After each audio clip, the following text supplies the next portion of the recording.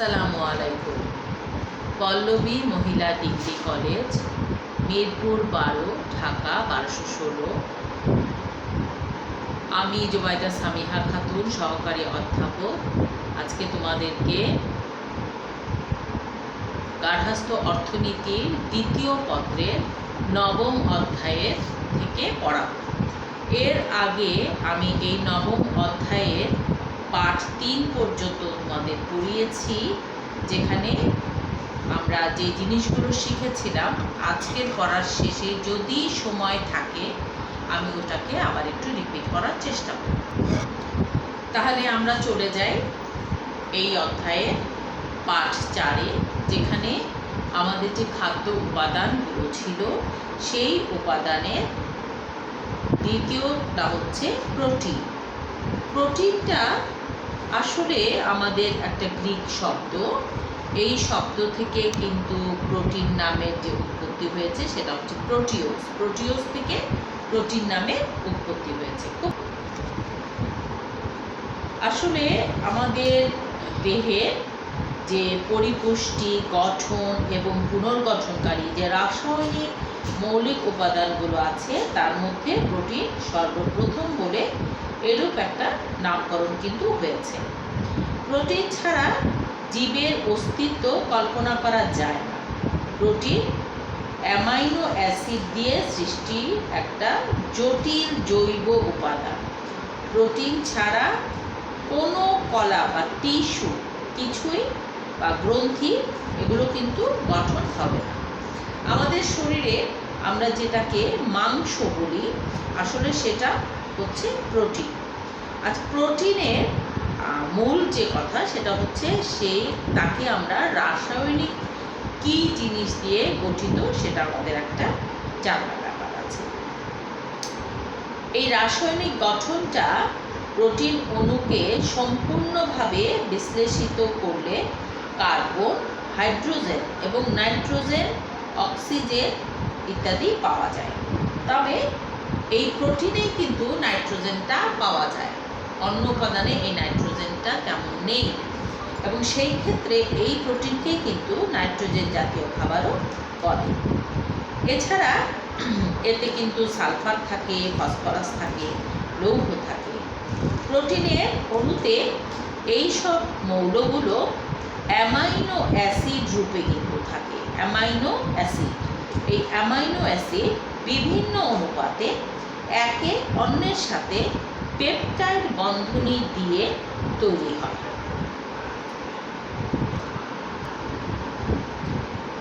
এই যে আমরা বললাম যে পেপটাইড বন্ধনী দিয়ে যুক্ত থাকে প্রোটিন অণুগুলো, এগুলো বহু সংখ্যক বিভিন্ন প্রকার অ্যামাইনো অ্যাসিড যুক্ত হয়ে কিন্তু বিরাট একটা প্রোটিন অণু গঠিত হয়।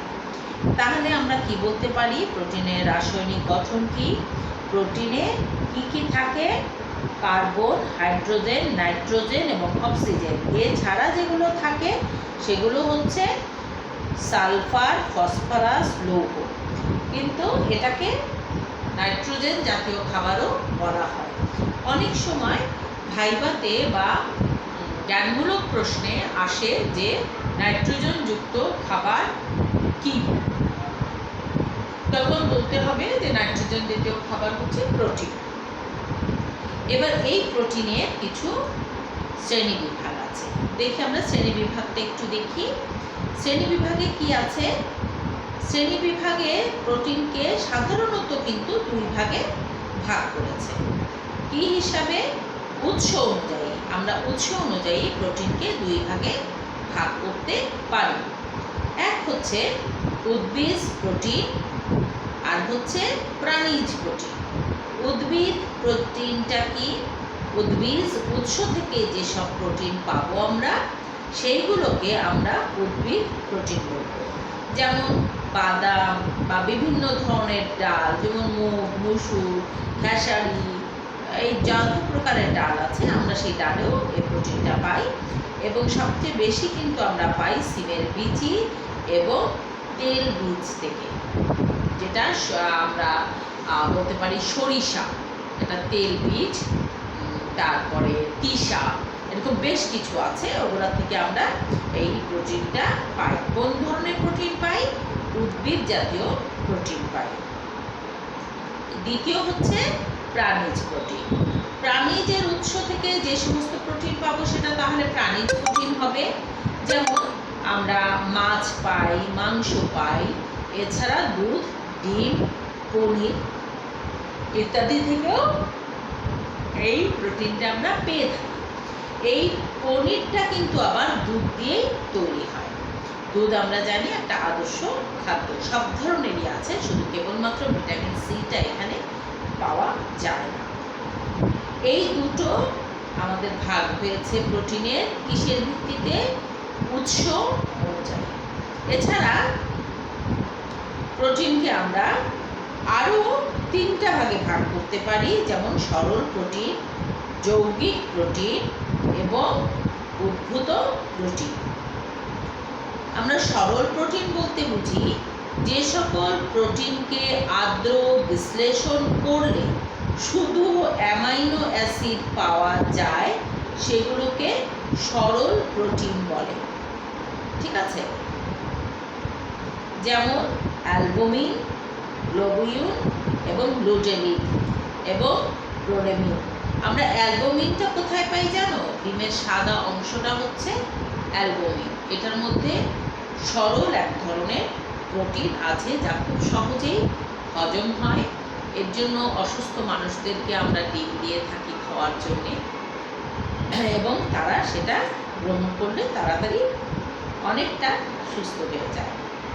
আর গ্লুকেটিন কিন্তু তোমরা দেখেছো কিনা জানি না, কখনো যদি আটা গুলে থাকো তারপরে দেখবে যে নিচে এক ধরনের সাদা পরে জমে, ওইটা যাই হোক, ওইটা কোনো এক সময় যদি আমাদের ল্যাবে দেখানো যায় আমরা চেষ্টা করব তোমাদেরকে দেখানোর জন্য। ঠিক আছে, এবার আমরা যাব প্রাণীজ প্রোটিনে।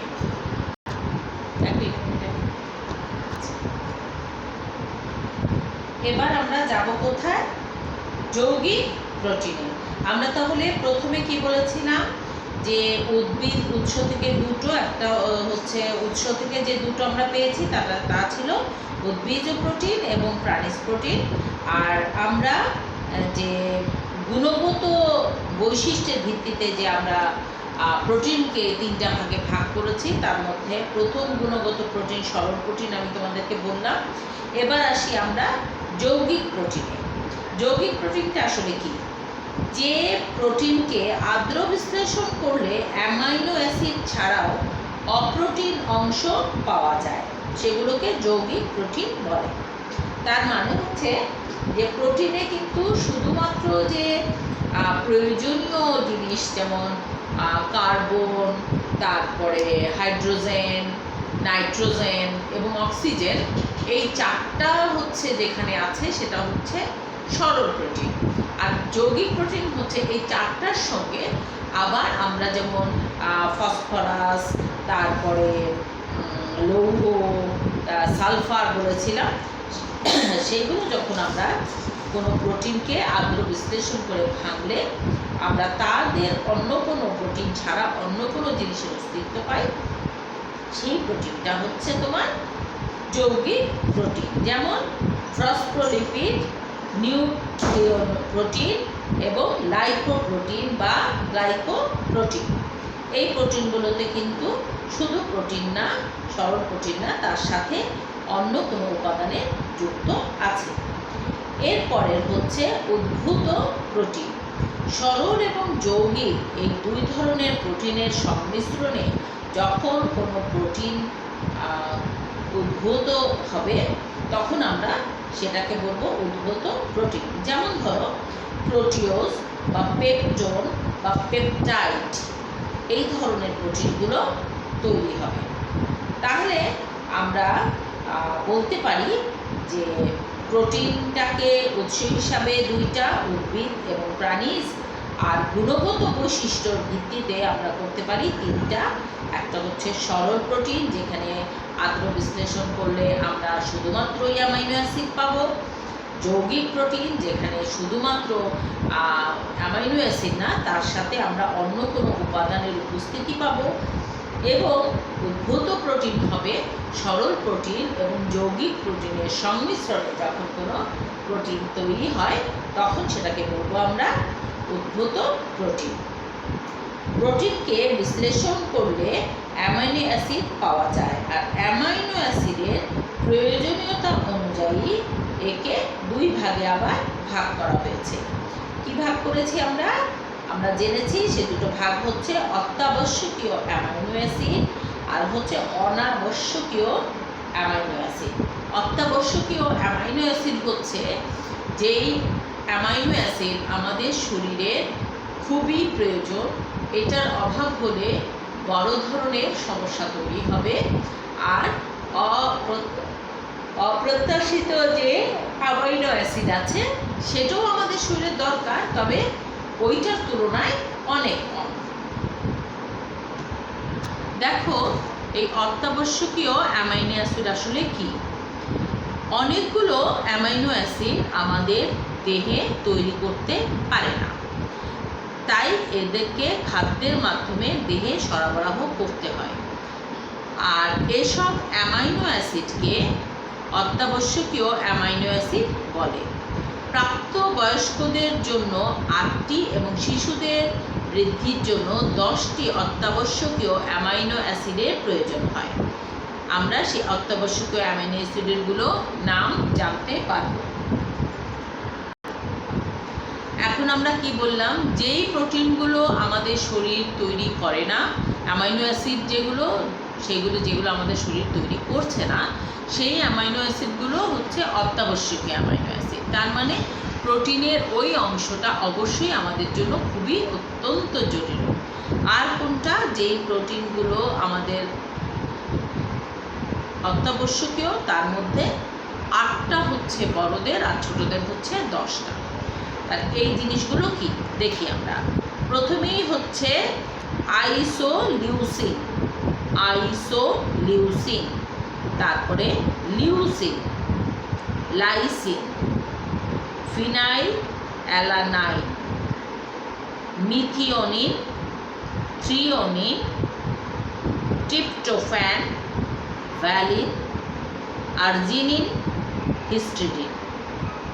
এই কয়টা কিন্তু আমাদের অত্যাবশ্যকীয় অ্যামাইনো অ্যাসিড। এই অ্যাসিডগুলো আমাদের শরীর তৈরি হয় না, যে কারণে এই অ্যামাইনো অ্যাসিডগুলো আমাদেরকে খাবারের মাধ্যমে শরীরে দিতে হয়।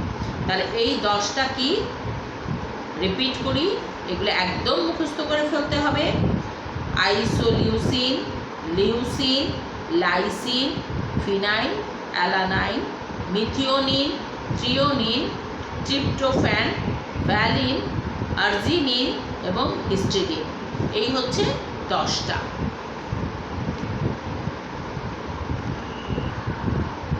আমরা 10টা অত্যাবশ্যকীয় অ্যামাইনো অ্যাসিডের নাম পেলাম। এবার আসি অনাবশ্যকীয় অ্যামাইনো অ্যাসিড। অনাবশ্যকীয় অ্যামাইনো অ্যাসিড হচ্ছে যে অ্যামাইনো অ্যাসিডগুলো আমাদের দেহের জন্য প্রয়োজন এবং দেহ তার চাহিদা অনুযায়ী তৈরি করতে পারে বলে খাদ্যের গ্রহণ করা অত্যাবশ্যক নয়। মানে যেই অ্যামাইনো অ্যাসিডগুলো আমাদের শরীরই তৈরি করতে পারে, সেই ক্ষেত্রে খাদ্যের জন্য মাধ্যমে আমাদের এটা এত বেশি অত্যাবশ্যকীয় নয়, তাদেরকে অনাবশ্যকীয় অ্যামাইনো অ্যাসিড বলে। যেমন aspartic acid, glutamic acid, glycine, serine, alanine, এই ধরনের অত্যাবশ্যকীয় অ্যামাইনো অ্যাসিড যা আমাদের শরীর নিজে থেকেই তৈরি করতে পারে। এবার আসি আমরা প্রোটিনের উৎস। প্রোটিনের উৎস যা আমাদের যে খাবার আছে সেই উৎস থেকে 2টি ভাগে আমরা প্রথমে ভাগ করতে পারি। সেটা হচ্ছে কি, একটা হচ্ছে প্রাণীজ উৎস আর একটা হচ্ছে উদ্ভিদ উৎস। আমরা এর আগে কিন্তু বলেছিলাম যে আমাদের প্রাণীর যে প্রোটিন আছে দুইটা থেকে আমরা পাই, একটা হচ্ছে উদ্ভিদ থেকে আর একটা হচ্ছে প্রাণীজ থেকে। তাহলে যেহেতু আমরা ওই দুইটা থেকেই প্রোটিন পাই, তাহলে উৎস তো এই দুইটাই হবে, উদ্ভিদ এবং প্রাণীজ। প্রাণীজ উৎস কি? ডিম, দুধ, মাছ, মাংস, যকৃৎ ইত্যাদি আমরা পেয়ে থাকি। এগুলো কিন্তু 18% থেকে 30% এগুলোর ভিতরে প্রোটিন থাকে। আর আমি এর আগে তোমাদেরকে বলেছিলাম যেই খাদ্যের যেই উপাদানের পরিমাণ বেশি, সেই খাদ্যকে সেই খাদ্য উপাদানের উৎস হিসাবে ধরা হয়। তাহলে প্রাণীজ উৎস হচ্ছে ডিম, দুধ, মাছ, মাংস, যকৃৎ, প্রাণী থেকে আমরা এগুলো পাবো। সেটা 18% থেকে 30% পর্যন্ত এর ভিতরে প্রোটিন থাকে। আচ্ছা, উদ্ভিদ উৎসটা কি? বীজে যে প্রোটিনের পরিমাণ উদ্ভিদের অন্যান্য অংশের চেয়ে বেশি থাকে, যেমন ডাল, মটরশুঁটি, বাদাম, ভুট্টা, চাল, গম, নারিকেল, এগুলোতে কিন্তু উদ্ভিদ যে প্রোটিনের তার অন্তর্ভুক্ত। এগুলোতে কতটুকু থাকে? 20% থেকে 28% প্রোটিন থাকে। কোথায় কোথায় থাকছে? ডাল, মটরশুঁটি, বাদাম, ভুট্টা, চাল, গম, নারিকেল, এই ধরনের উদ্ভিদ প্রোটিন আছে এগুলোতে, এবং সেখানে আমরা পাই 20% থেকে 28%। অনেক সময় ছোট প্রশ্ন হিসাবে আসে বা এমসিকিউতে আসে যে প্রোটিন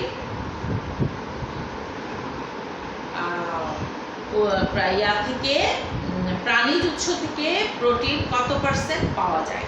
তোমাকে কতগুলো অপশন দেবে সেখানে। তাহলে প্রাণীজ থেকে আমরা কতটুকু পাই? প্রাণীজ থেকে পাই হচ্ছে 18 থেকে 20, আর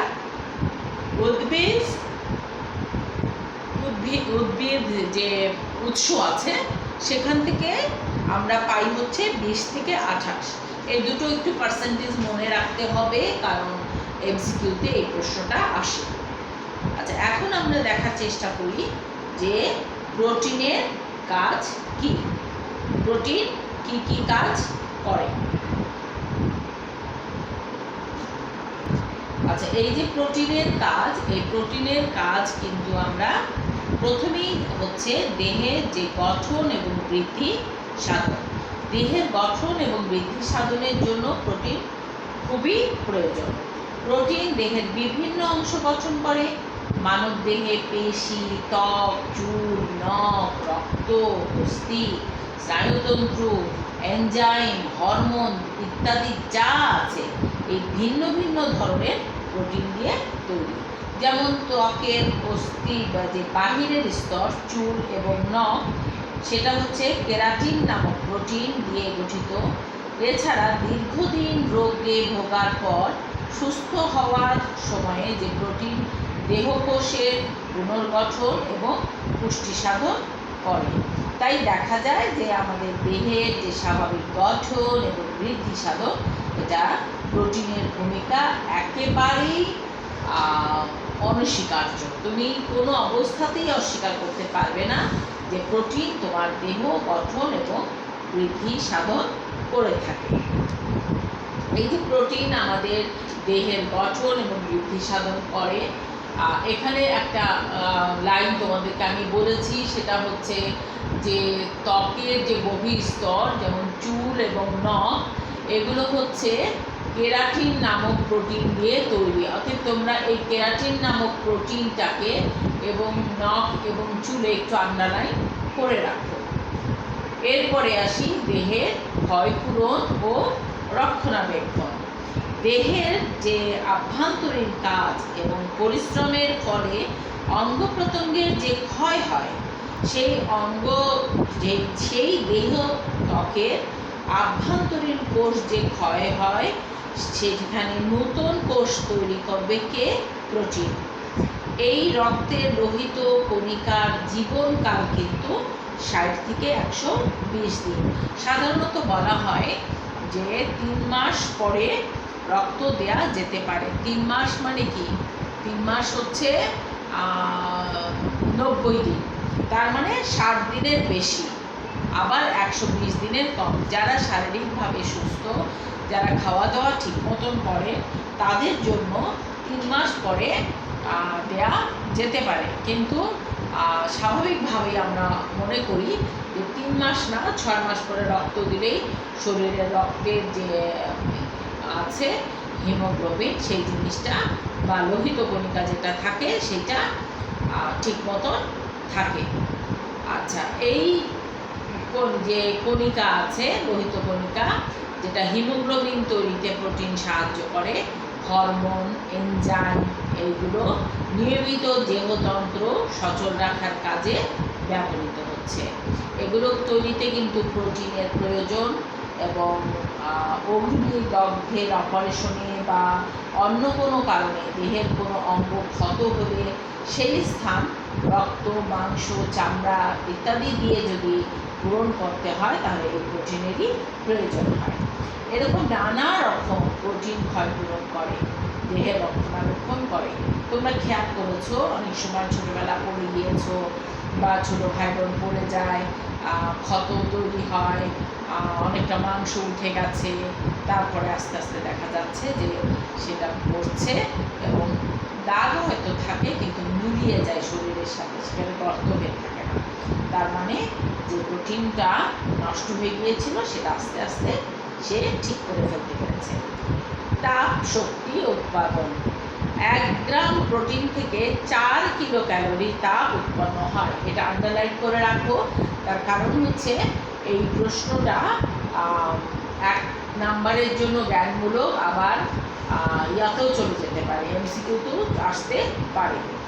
1 গ্রাম প্রোটিন থেকে 4 কিলো ক্যালোরি উৎপন্ন হয়। দেহের মোট শক্তির 10 ভাগের 1 ভাগ অর্থাৎ 10% শক্তি প্রোটিন জাতীয় খাদ্য থেকে পাওয়া উচিত, এবং খাদ্যের যে শর্করা এবং স্নেহ উপাদান অপর্যাপ্ত থাকলে সেক্ষেত্রে প্রোটিন শক্তি প্রদান করে। তোমরা জানো, যারা মোটা তাদেরকে কিন্তু ভাত রুটি খেতে মানা করা হয়, কারণ ওটা হচ্ছে কার্বোহাইড্রেট জাতীয় খাদ্য, কার্ব জাতীয় খাদ্য, এবং তেল হচ্ছে লিপিড। এই ধরনের খাবারগুলো সরাসরি আমাদের ক্যালোরি দিয়ে থাকে, এবং এই ক্যালোরি আমাদের কাজে সহযোগিতা করে। কিন্তু এইটা যখন, যেই ক্যালোরি আমি গ্রহণ করি এবং সেই ক্যালোরি যদি আমার বার্ন না হয়, তখনই কিন্তু শরীরে চর্বি জমতে থাকে।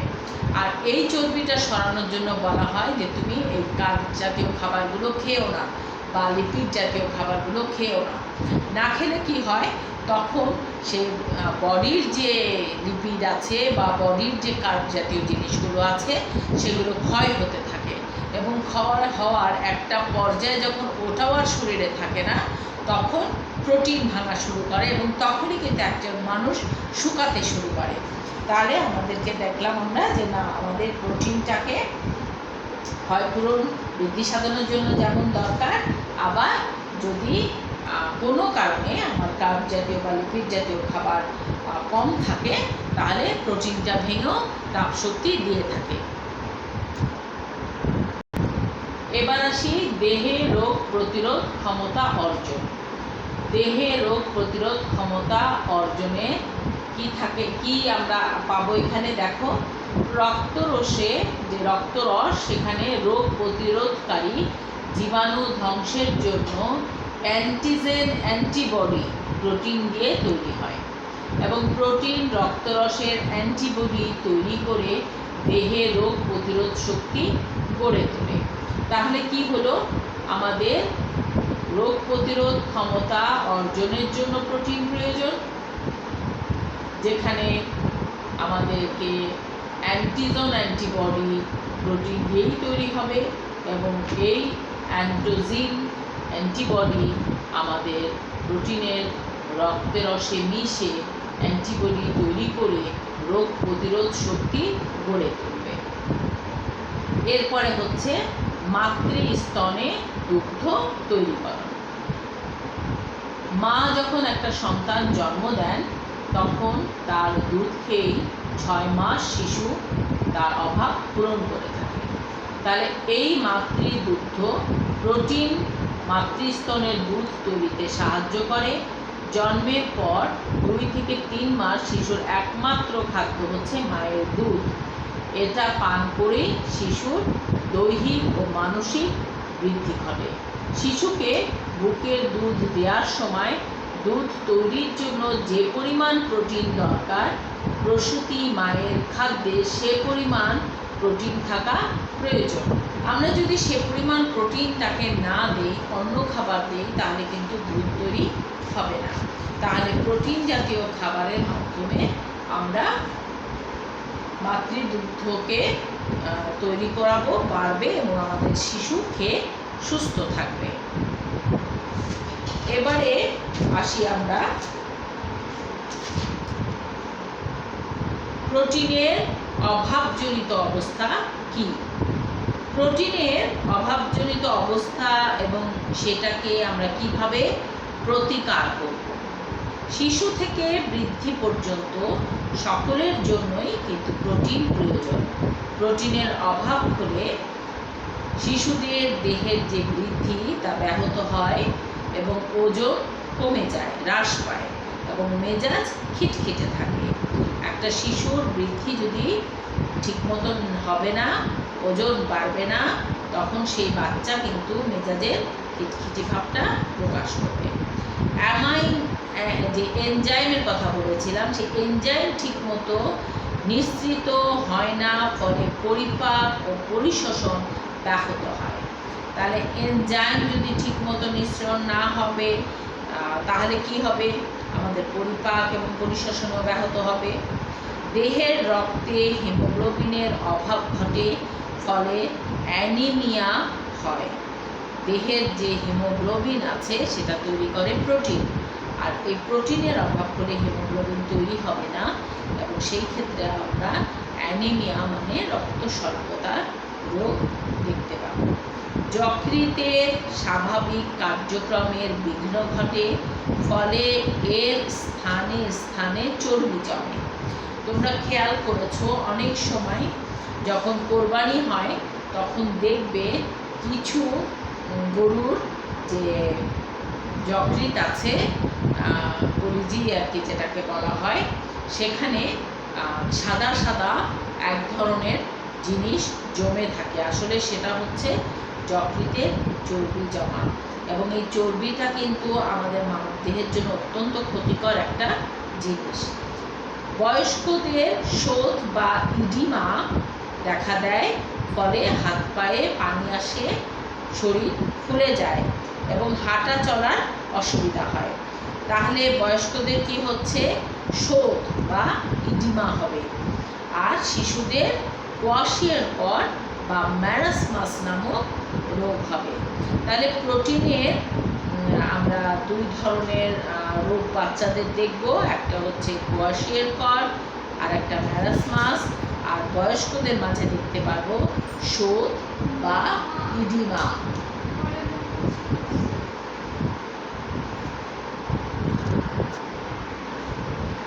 আচ্ছা, এবার আমরা প্রোটিনের অভাবজনিত যে রোগগুলো আছে সেগুলো নিয়ে একটু আলোচনা করব। প্রোটিনের অভাবে কোয়াশিয়ারকর ও ম্যারাসমাস রোগ হয়। প্রয়োজনীয় প্রোটিন এবং ক্যালোরির অভাবে যে অপুষ্টি দেখা দেয় তাকে প্রোটিন শক্তি ঘটিতজনিত অপুষ্টি বলে। এখানে 2টো জিনিসের অভাব হচ্ছে, একটা হচ্ছে প্রোটিন এবং ক্যালোরি। এই 2টো জিনিসের অভাবে হচ্ছে রোগ, সেটার নাম হচ্ছে ম্যারাসমাস। এবং এই যে অপুষ্টি, যে প্রোটিন এনার্জি যে আছে সেটা যখন আমরা পাচ্ছি না, তখন আমরা কিন্তু এক ধরনের রোগকে পাচ্ছি। সেটা প্রথম হচ্ছে ম্যারাসমাস। ম্যারাসমাসটা কি? ছোট শিশুদের খাদ্যে প্রোটিন এবং ক্যালোরি জনিত অপুষ্টির কারণে এই ম্যারাসমাস রোগটা দেখা দেয়। সাধারণত 1 বছরের শিশুদের মধ্যে এই রোগটা বেশি দেখা যেতে পারে এবং এখানে কিসের অভাবে হবে? প্রোটিন এবং ক্যালোরিজনিত মানে খাবারের অভাবে। এই ম্যারাসমাস রোগের লক্ষণগুলো কী কী? যখন আমরা কোনো শিশুকে দেখব তার পেশি শীর্ণ এবং দুর্বল, শিশুর ওজন শতকরা 60 ভাগের নিচে, বা তার বয়স অনুযায়ী, তার উচ্চতা অনুযায়ী তার যে ওজন হওয়ার কথা সেটার থেকে যদি আমরা 60%-এর নিচে পাই তাহলে সেটাখানে আমরা এই রোগের আশঙ্কা করব। চামড়া এবং চুলের যে মসৃণতা সেটা নষ্ট হতে থাকবে এবং নষ্ট হয়ে যাবে, খাবারে অরুচি হবে, ওজন কমে যাবে, শিশুর পেট বাইরের দিকে থেকে বড় দেখায়, ডায়রিয়া দেখা দেয় এবং এই ধরনের রোগ হলে তাদের অ্যানিমিয়া দেখা যায়। তাহলে আমরা বলতে পারি যে প্রোটিনের এবং ক্যালোরির যদি অভাব থাকে তাহলে প্রথম যে বাচ্চাদের রোগ যেটা 1 বছরের মধ্যে বেশি দেখা যায় সেটা হচ্ছে ম্যারাসমাস।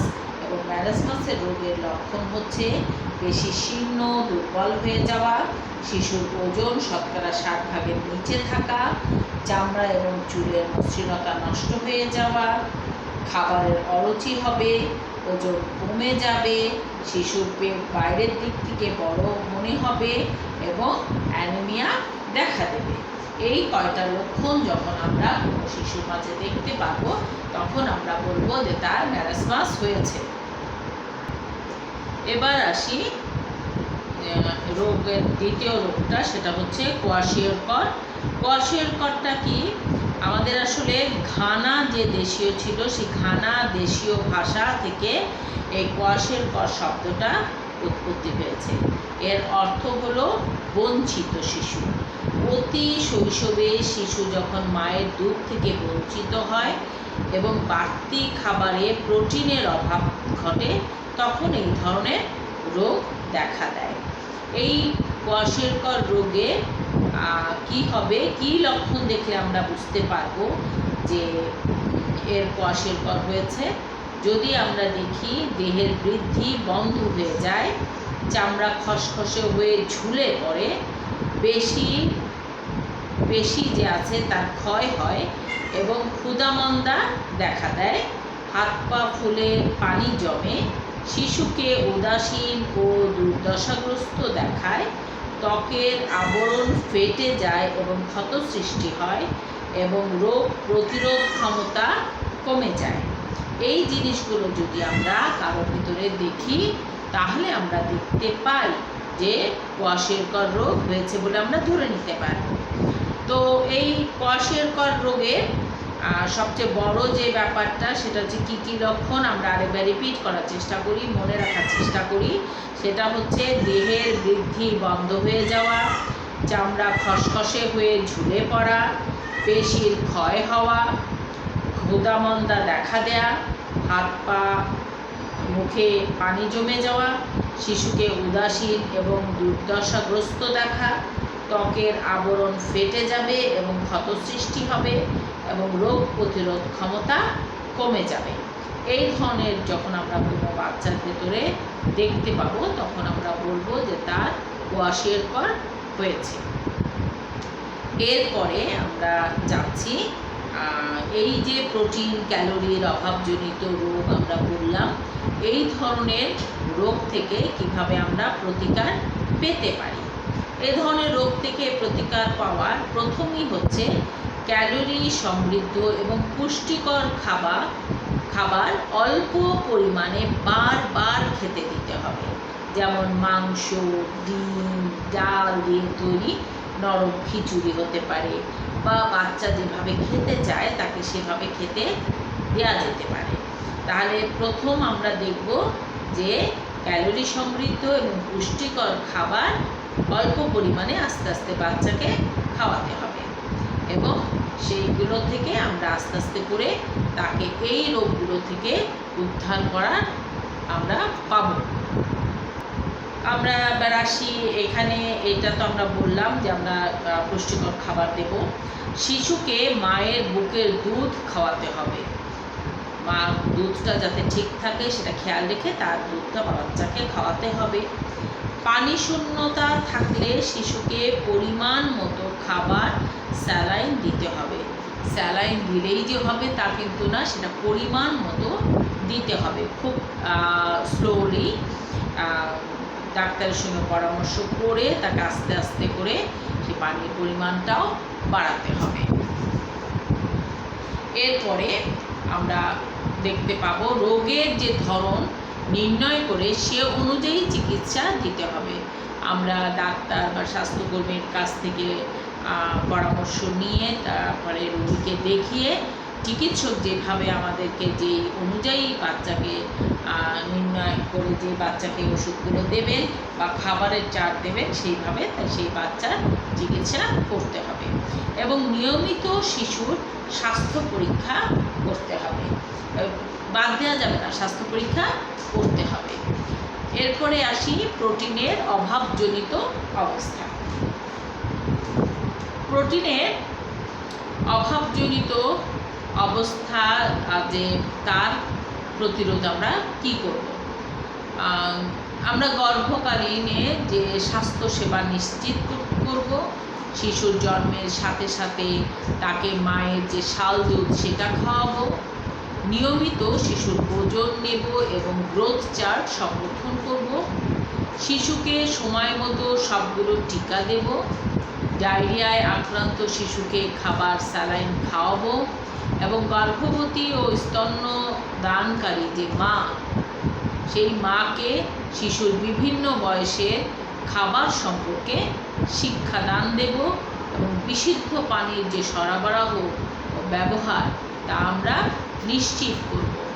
এই কয়েকটা জিনিস যদি আমরা করতে পারি তাহলে প্রোটিনের যে অভাবজনিত অবস্থা তা আমরা প্রতিরোধ করতে পারব। তাহলে আমরা আজকে কি পড়লাম? আমরা আজকে প্রোটিনটা পড়লাম এবং এই পুরো প্রোটিনের মধ্যে কি আমরা পড়েছি তার একটা রিপিটেশন দেওয়া যেতে পারে। যেমন প্রোটিন কাকে বলে, প্রোটিনের রাসায়নিক গঠন কি? প্রোটিনের রাসায়নিক গঠন হচ্ছে প্রোটিনের অণুকে সম্পূর্ণরূপে বিশ্লেষিত করলে কার্বন, হাইড্রোজেন, নাইট্রোজেন এবং অক্সিজেন পাওয়া যাবে।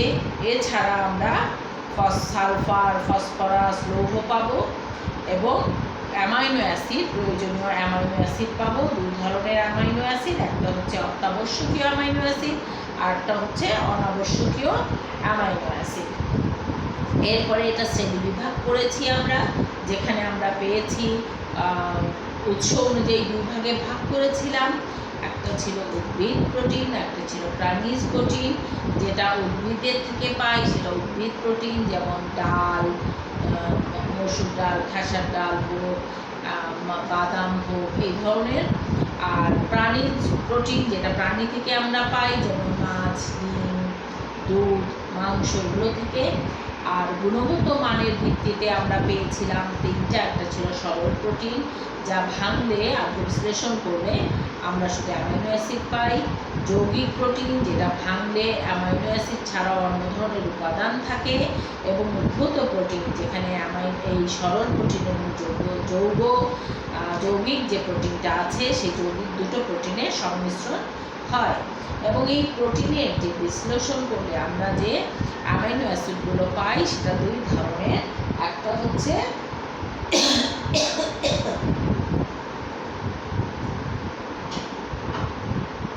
অত্যাবশ্যকীয় অ্যামাইনো অ্যাসিড আর একটা হচ্ছে অত্যাবশ্যকীয় অ্যামাইনো অ্যাসিড। অত্যাবশ্যক অ্যামাইনো অ্যাসিড হিসেবে আমরা পেয়েছিলাম isoleucine, leucine, lysine, phenyl alanine, methionine, threonine, tryptophan, valine, arginine এবং হিস্টিডিন। এই 10টা আমরা পেয়েছিলাম অত্যাবশ্যকীয় অ্যামাইনো অ্যাসিড, যে অ্যামাইনো অ্যাসিডগুলো আমাদের শরীর তৈরি করে না, খাবারের মাধ্যমে গ্রহণ করতে হয়।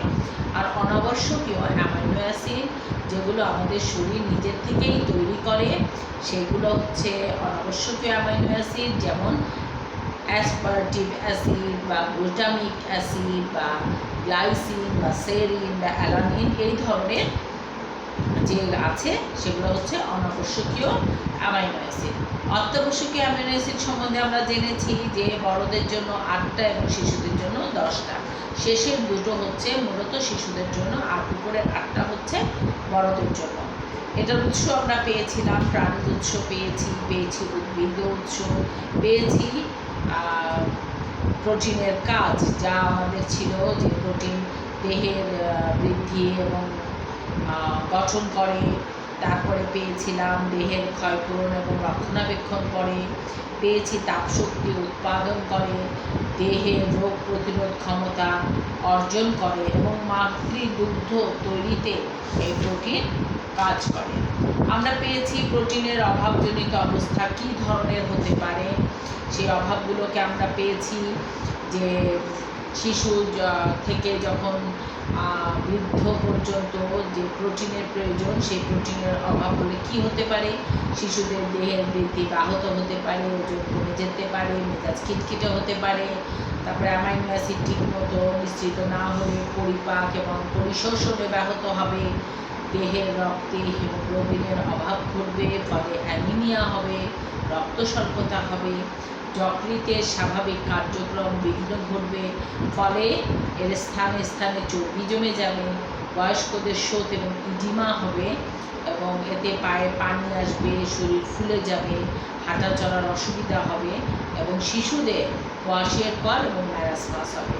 এবং এই কোয়াশিয়রকর ম্যারাসমাস সম্পর্ক আমরা বলেছি যে ম্যারাসমাসের লক্ষণ হচ্ছে পেশি শীর্ণ দুর্বল হওয়া, শিশুর ওজন শতভাগে 60% নিচে নেমে যাওয়া, চামড়া এবং চুলের মসৃণতা নষ্ট হয়ে যাওয়া, খাওয়ার অরুচি হওয়া, ওজন কমে যাওয়া, শিশুর পেট বাইরের দিকে থেকে বড় দেখানো, ডায়রিয়া দেখা দেওয়া এবং অ্যানিমিয়া দেখা দেওয়া। আর কোয়াশিয়রকরে আমরা বলেছি দেহের বৃদ্ধি বন্ধ হয়ে যাবে, চামড়া খসখসে হয়ে যাবে, ঝুলে যাবে, পেশির ক্ষয় হবে, ক্ষুধামন্দ হবে, হাত পায়ে মুখে পানি জমবে, শিশুকে উদাসীন দুর্দশাগ্রস্ত দেখাবে, ত্বকের যে আবরণ তা ফেটে যাবে এবং ক্ষত সৃষ্টি হবে এবং রোগ প্রতিরোধ ক্ষমতা কমে যাবে। এবং এই প্রোটিনের অভাবে যে প্রতিকার এবং প্রতিরোধ সে সম্পর্কেও আমরা আলোচনা করেছি। আমরা এই নবম অধ্যায়ের পাঠ 4টা সম্পন্ন করলাম। 5 এবং 6 আমরা আগামী সপ্তাহে আগামী ক্লাসে শেষ করার চেষ্টা করব। আমাদের বেশ অনেকটা পড়া আছে, অনেক দিন আমরা পড়া থেকে পিছিয়ে আছি। আমার মনে হয় যে আমাদের একটু র্যাপিডলি পড়ার প্রয়োজন আছে, কারণ খুবই অল্প অল্প করে পড়া হচ্ছে। আর এখন নিশ্চয়ই তোমাদের সবার কাছে বই আছে, বই থাকবে, এটাই আমার প্রত্যাশা যে তোমাদের সবার কাছেই বই আছে। যদি কারো কাছে না থেকে থাকে তাহলে তোমরা ইতিমধ্যে কিনে নাও, বা আমার মনে হয় সবার হাতেই বই চলে এসছে। তো যাই হোক, আমরা অলরেডি একটা পরীক্ষা দিয়েছি, আমরা সামনে আবার আমাদের পরীক্ষাও হবে, সেই কারণে আমাদের পড়াটা মনে হয় একটু এগিয়ে নেওয়ার প্রয়োজন আছে। তা আমরা এই নবম অধ্যায়ের আজকে প্রোটিন পড়েছি। এর আগে কিন্তু আমরা পড়েছিলাম, সেখানে কিন্তু আমরা পড়েছিলাম যে খাদ্যের প্রয়োজনীয়তা কী, পড়েছিলাম খাদ্য ও পুষ্টি শিক্ষার গুরুত্ব কী, স্বাস্থ্য রক্ষায় খাদ্য এবং পুষ্টির ভূমিকা কী। এছাড়াও আমরা পড়েছিলাম খাদ্য উপাদানগুলোর যে শ্রেণীবিভাগ, উৎস, কাজ, অভাবের প্রতিকার, তার মধ্যে খাদ্য উপাদান বা খাদ্য পুষ্টি এটা পড়েছিলাম, তার শ্রেণীবিভাগ করেছিলাম। সেক্ষেত্রে আমরা বলেছিলাম তাপশক্তি উৎপাদনের দিক থেকে আমরা খাদ্যকে ভাগ করেছিলাম মাইক্রোনিউট্রিয়েন্ট, তারপরে ম্যাক্রোনিউট্রিয়েন্ট এবং পানি আমরা ভাগ করেছিলাম। এবং আমরা সবগুলো উপাদানের মধ্যে কার্বোহাইড্রেট বা শর্করা এই সম্বন্ধে আমরা পড়েছি যে কার্বোহাইড্রেট কাকে বলে, তার শ্রেণীবিভাগ কী, তার কাজ কী, তার অভাবে কি হয়, তার প্রতিকার কী, এগুলো আমরা পড়েছি। আর আজকে আমরা পড়েছি প্রোটিন। আমি আশা করি এই দুটো তোমাদের ইতিমধ্যেই পড়া হয়ে গেছে এবং আগামীতে এইখান থেকে প্রশ্ন আসার সম্ভাবনা আছে। তারপরেও আমরা নেক্সট ক্লাসে চেষ্টা করব একটু দ্রুত আগানোর জন্য, এবং এটা আমাদের জন্য খুবই প্রয়োজন। তাহলে আজকে এই পর্যন্তই থাক, ছুটির পরের ক্লাস। আমি আর বেশিক্ষণ সময় নিলাম না। আশা করি তোমাদের ভালো লেগেছে পড়াটা। যদি তারপরেও এখানে কোথাও বুঝতে অসুবিধা হয়ে থাকে বা অসুবিধা মনে করো, তাহলে আমার ব্যক্তিগত ফোন নাম্বারে আমার সঙ্গে যোগাযোগ করবে। আমার ফোন নাম্বার যদি কারো কাছে থাকে ভালো, না থাকলে অফিস থেকে তোমরা ফোন করে পেয়ে যাবে আমার নাম্বার। জাহাঙ্গীর বা সোহেল যে কোনো কাউকে ফোন করেও তোমরা আমার নাম্বারটা নিতে পারো, অথবা ভাই স্যারকে ফোন দিলেও আমার নাম্বার তোমাদেরকে দিয়ে দেবেন। ইনশাআল্লাহ আমাদের ক্লাসগুলো আমরা ভালোভাবে একটু করার চেষ্টা করব। আমরা সবাই খুব ভালো থাকব। এই ক্রান্তি লগ্নে আমরা ঘর থেকে বের হব না, নিজে ভালো থাকব। মানুষ আপন, রোগ আপন না। তাই মানুষের সঙ্গে সম্পর্ক টিকিয়ে রাখতে হোক বা প্রয়োজনে অপ্রয়োজনে সামাজিকতা রক্ষার ক্ষেত্রেই হোক, আমরা কখনো কারো বাসায় যাব না এবং বাইরে বেশিক্ষণ থাকবো না। যতটা পারি শারীরিকভাবে দূরত্ব মেনটেন করব। আজকাল মোবাইলে কথা বলা যায়, ফেসবুকে মেসেঞ্জার আছে, কথা বলা যায়, হোয়াটসঅ্যাপ আছে, অনেক ইমো আছে, অনেক কিছু আছে, সেখানে আমরা তাদের সঙ্গে দেখেও কথা বলতে পারি। তাই সামনাসামনি আমাদের দেখাটা না হলেও আশা করি যে নিজেকে সুস্থ রাখার জন্য এবং অপরকে সুস্থ রাখার জন্য আমাদের এই দূরত্বটা মেনটেন করতে হবে। সবাই ভালো থেকো, সুস্থ থেকো, দোয়া করো যেন আমরা সবাই মিলে ভালো থাকতে পারি। আল্লাহ হাফেজ।